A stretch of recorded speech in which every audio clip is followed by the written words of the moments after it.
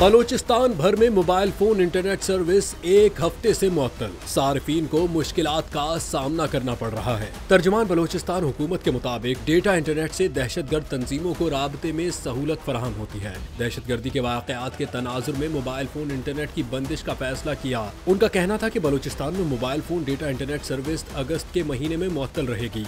Pakistan telecommunication authority के हुकाम के मुताबिक बलोचिस्तान के मुख्तलिफ अजला कोहिलू, चमन, किला अब्दुल्ला, पशीन, लोरालाई, जियारत, किला सैफुल्ला, नौशकी और हरनाई में मोबाइल इंटरनेट सर्विस गैर मुअय्यना मुद्दत के लिए मुअत्तल कर दी गई है। दूसरी जानिब शहरियों का कहना था कि इंटरनेट सर्विस की मुअत्तली से सूबे में तुलबा ऑनलाइन क्लासेज में शिरकत से कासिर हैं, जबकि फ्रीलांसिंग और ऑनलाइन कारोबार से वाबस्ता अफराद को शदीद परेशानी का सामना है।